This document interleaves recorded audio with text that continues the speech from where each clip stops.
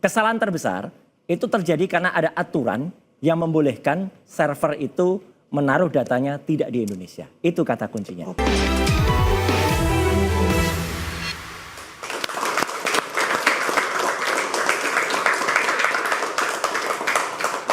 Ya pemirsa, terima kasih Anda masih di Interupsi Judol bikin jebol Menteri hingga artis disenggol. Nah, ini kita senggol lagi Mas Herdy yang tadi mantan admin dari judi online. Tadi kan kata Mas Roy Suryo, ini kan sudah ada algoritma yang mengatur. Ya. Jangan sampai menangnya kebanyakan gitu. Nah, Mas Herdy, saya mau tanya, emang benar Mas, ada aturan-aturan di balik admin ini yang bilang, oh ini menangnya segini aja, yang itu menangnya segini aja, atau seperti apa Mas Herdy?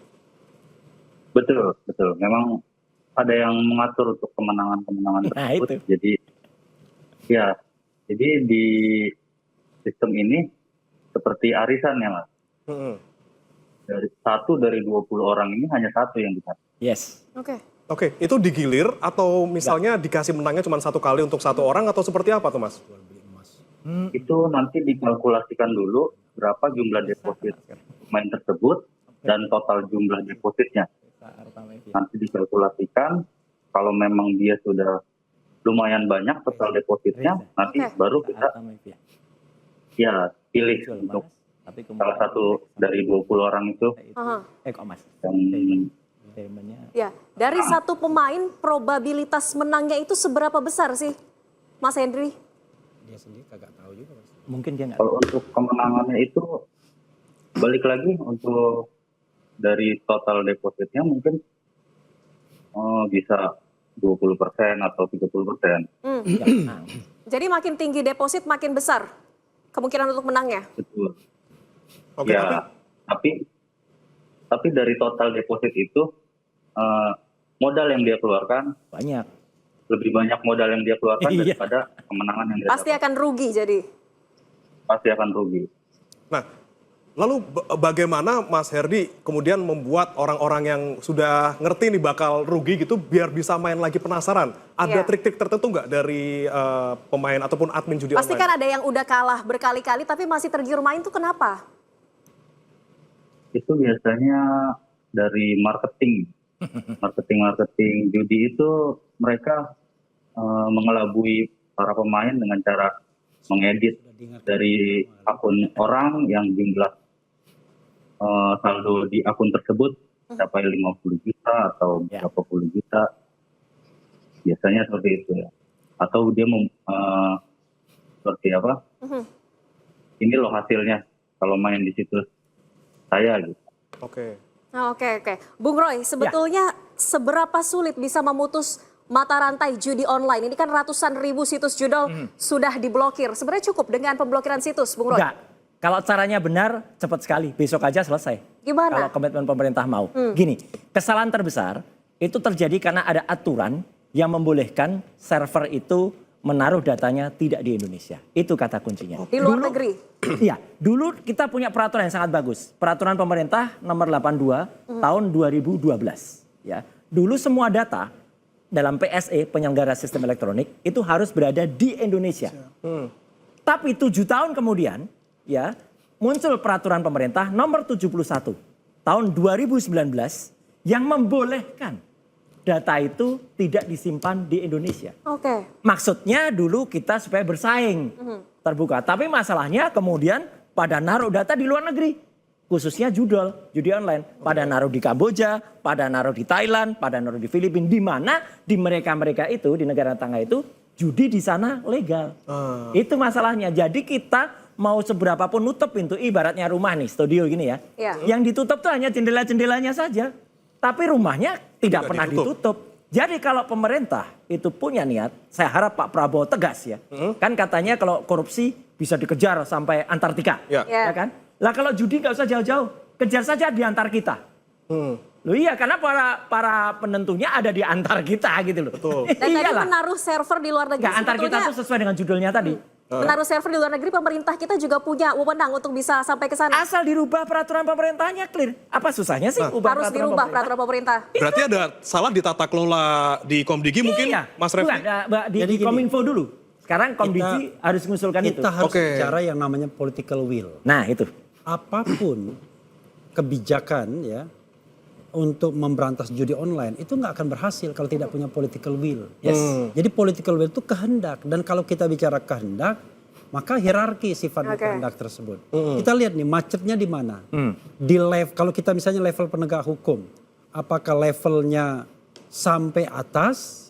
Kalau sudah sampai atas macetnya, maka berarti diperlukan orang nomor 1 di Republik ini, karena tidak bisa lagi. Nah, pertanyaannya adalah, apakah orang nomor 1 di Republik ini punya keinginan untuk memberantas judi online atau tidak? Kalau tidak punya, ya selesai barang itu. Artinya ini tidak akan pernah selesai. Nah jadi gini, kan dari semua perjudian online tersebut dan judi-judi lainnya, kita kan tidak boleh dikecohkan dengan yang kecil-kecil. Yang katanya sudah bagian dari tradisi dan lain sebagainya. Kita konsentrasi dulu kegiatan yang memang di backup oleh aparat, oleh cukong, oleh konglomerat dan lain sebagainya. Dan orang menyebutnya konsorsium yang kemudian dananya bisa mengalir pada kegiatan-kegiatan politik. Nah, kalau itu tidak ada political will untuk memberantas itu, karena begini, kita kan berharap ini karena kontestasi politik sudah selesai, Pak Prabowo sudah menjadi presiden. Tapi ada kontestasi lain, yaitu kepala daerah. Jangan-jangan sponsornya judi juga. Susah. Karena itu perlu yang namanya political will. Kita tahan dulu Bung Refli, kita tanya terkait political will dari pemerintah. Komitmen Pak Prabowo memberantas judi online sebesar apa? Sangat besar sekali. Kenapa saya bilang sangat besar sekali? Tertuang di dalam asta citanya Pak Prabowo. Ya kan? Judi online itu prioritas pertama yang harus dia selesaikan sebelum 100 hari ini. Ya kan?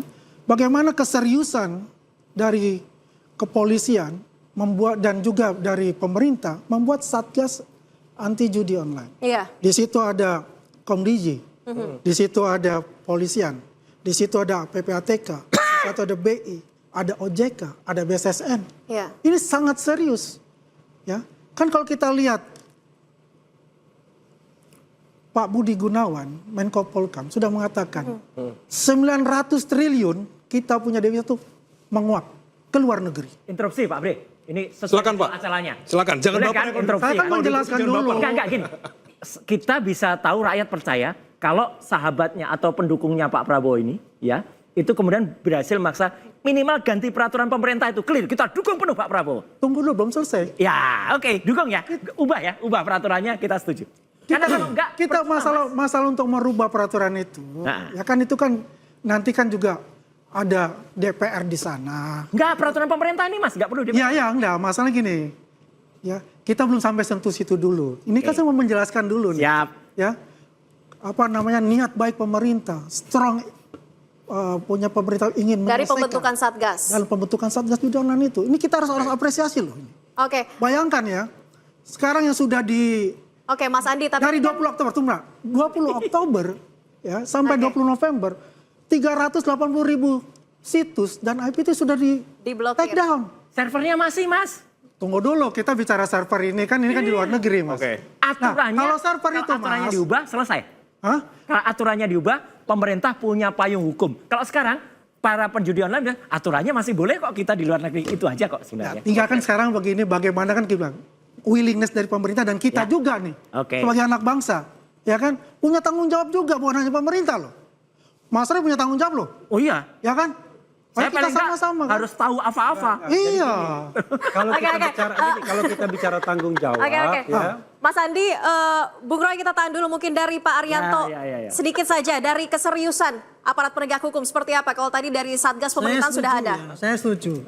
Berantas judi itu keseriusan dari pemimpin, penguasa sampai ke bawah. Tetapi tidak cukup hanya komitmen dan semangat itu saja. Harus tahu caranya bagaimana memberantas itu. Makanya itu tadi anatomi judi online ini adalah kenapa jadi masif? Karena aturannya tadi yang memberi peluang. Makanya peraturannya dirubah. Jadi setuju dengan Bung Roy tadi? Setuju, tapi gini, saya hanya menekankan bahwa menghantam judi online ini harus tahu caranya, anatominya tahu. Judi online bisa marak karena salahnya peraturan. Mengizinkan sehingga memungkinkan itu bisa judi online. Nah, ini yang dan kemudian syaratnya ada di luar, itu kan nggak bisa dijangkau oleh penyidik. Server di luar negeri jangan nyalakan penyidiknya, nggak bisa. Kemudian nuduh itu kolusi, kan tidak. Itu jadi caranya harus tahu marilah kita sama-sama bagaimana cara memberantas ini yang efektif. Jangan salah menyalahkan. Ini jadinya yang kita pertanyakan juga dari kemarin-kemarin bagaimana kemudian Menkominfo yang sebelumnya harus diperiksa juga terkait Yang dengan hal ini. dijabat oleh Budi Betul. Aris Setiadi yang ramai diperbincangkan akhir-akhir ini. Kita akan tanyakan ke Mas Andi setelah yang satu ini tetap di Interupsi.